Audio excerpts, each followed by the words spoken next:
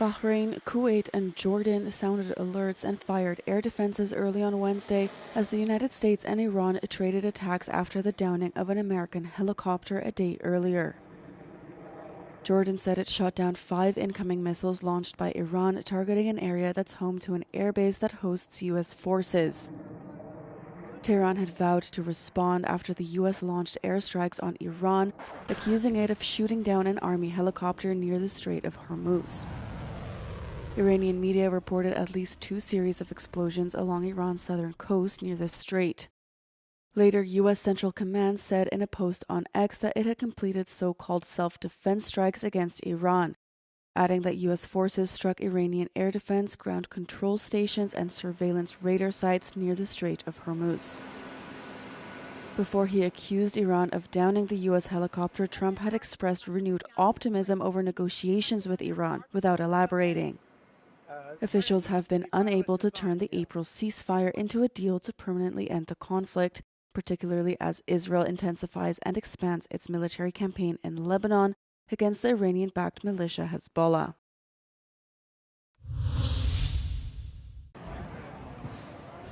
UK leaders are calling for calm after the stabbing of a man in Belfast sparked violent anti-immigration protests where people torched buildings and vehicles and blocked roads.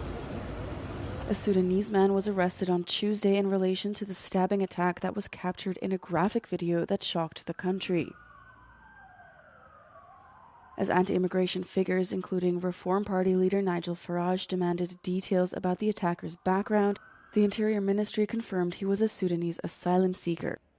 Northern Ireland's leaders urged people not to incite hate and fear or target particular communities after reports emerged that protests were planned.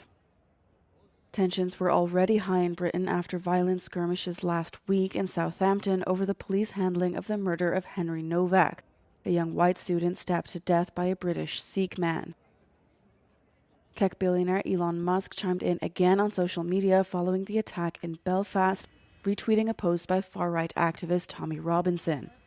UK Prime Minister Keir Starmer had previously accused Musk of fueling division in Britain over his comments on Novak's murder.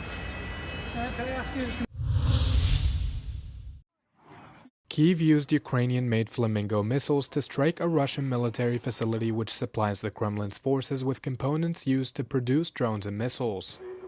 In a post on X, Ukrainian President Volodymyr Zelensky said his country is continuing its efforts to target Russian military and oil facilities, their financial and munitions arms, to reduce their assault capabilities on Ukraine.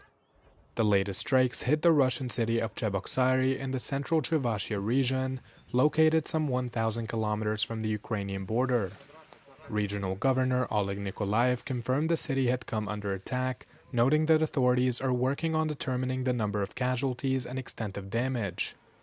The Ukrainian missiles also targeted the Kuibyshev oil refinery, which processes close to 4 million tons of crude annually, supplying a good chunk of that to Russia's military-industrial sector and armed forces. The Ukrainian Flamingo missiles use remains relatively rare since they were developed and unveiled in August 2025. The projectile is classified as a cruise missile and carries a strike range of up to 3,000 kilometers, allowing Ukraine to hit deep within Russian territory, and can carry warheads of just over a ton.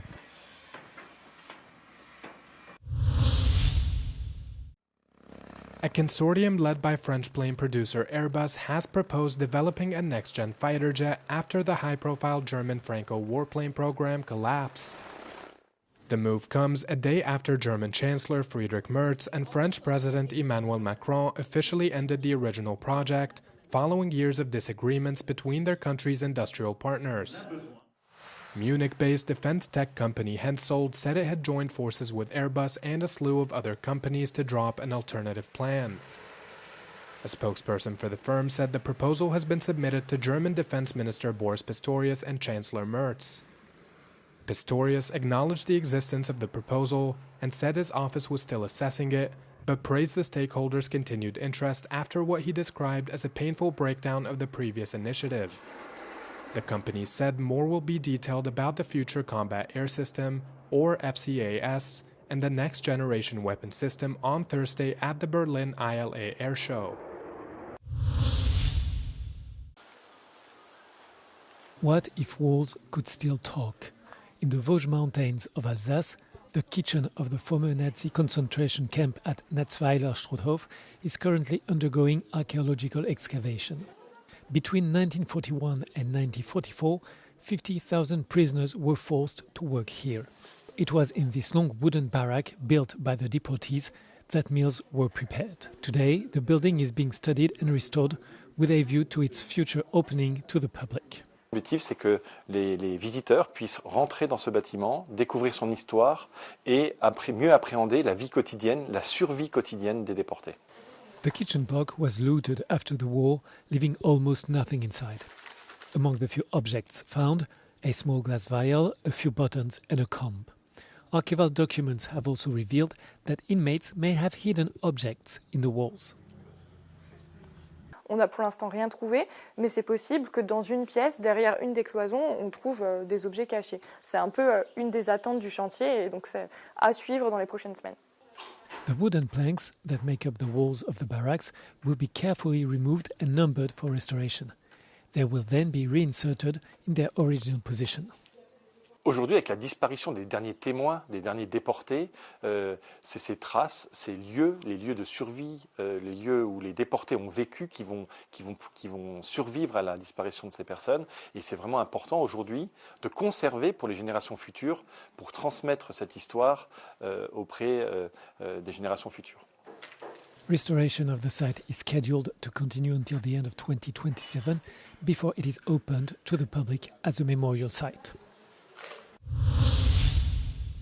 Europe experienced one of its hottest months on record last month under an unusually early heat wave that the EU's Copernicus Climate Change Service warned is becoming the new normal. According to the EU's Climate Monitor, May was the second hottest month on record globally, a month that saw Britain, France, Ireland and Portugal break their own records as a heat dome of warm air from northern Africa pushed temperatures well above normal levels. According to Copernicus, globally, the average surface air temperature reached 15.81 degrees Celsius, second only to May 2024. The average sea surface temperature was also the second highest on record, behind May 2024, as conditions shift towards the warming El Niño weather pattern. Forecast warned that the coming El Niño could be one of the strongest on record. Last week, the World Meteorological Organization warned El Niño has an 80% chance of developing between June and August, increasing the risk of extreme weather events. Somali football referee Omar Artan has returned to his homeland where he was given a hero's welcome back in the capital Mogadishu. His return comes after a dramatic 48 hours which saw the FIFA officiating member get barred from entering the United States just days before the World Cup is set to kick off. Artan was set to be the first referee from Somalia to officiate a World Cup, having made FIFA's final list for the tournament after being named the continent's best referee in 2025. He was denied entry at Miami International Airport over what U.S. Customs and Border Protection said in a statement without elaborating were, quote, vetting concerns. The U.S. decision to bar him entry has drawn widespread condemnation around the world, with many questioning the country's capacity to host an international event of this magnitude. Critics accused the Trump administration of politicizing the tournament after several situations were revealed of improper conduct with nationals of certain countries. An Iraqi national team player was questioned for 7 hours, visas were denied to over a dozen Iranian staff members, and the Senegalese team was subjected to a frisk search upon disembarking their plane. Still, Artan kept his spirits high. Speaking to reporters, he expressed his gratitude for the opportunity and promised to attend the next World Cup in 2030. The countdown is almost over. Across North America, host cities are putting the finishing touches to preparations for the biggest World Cup in history. From Kansas to Toronto, officials say security plans are in place. I think for the world, we want to show off that Kansas City is on the rise, that we are elevating. We are, no longer, as we say, a flyover state, we're a fly-to state. But we also want people in Kansas City to be really proud. of this as well. We hope Kansas Cityans and those in the region are really excited to host and show off and proud that this came to their backyard. Toronto will host 6 World Cup games starting this Friday.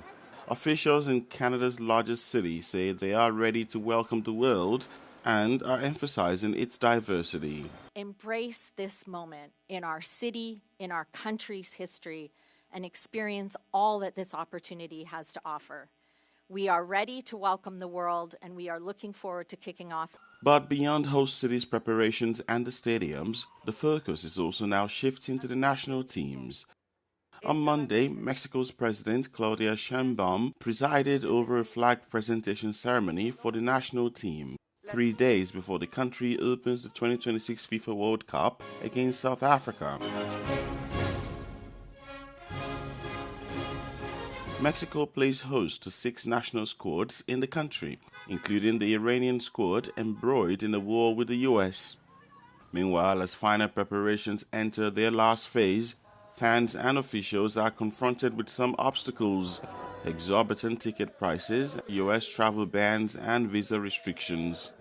On Monday, Omar Artan, who was set to be the first Somali to referee at the World Cup finals, was dropped from the list of officials after he was denied entry to the United States.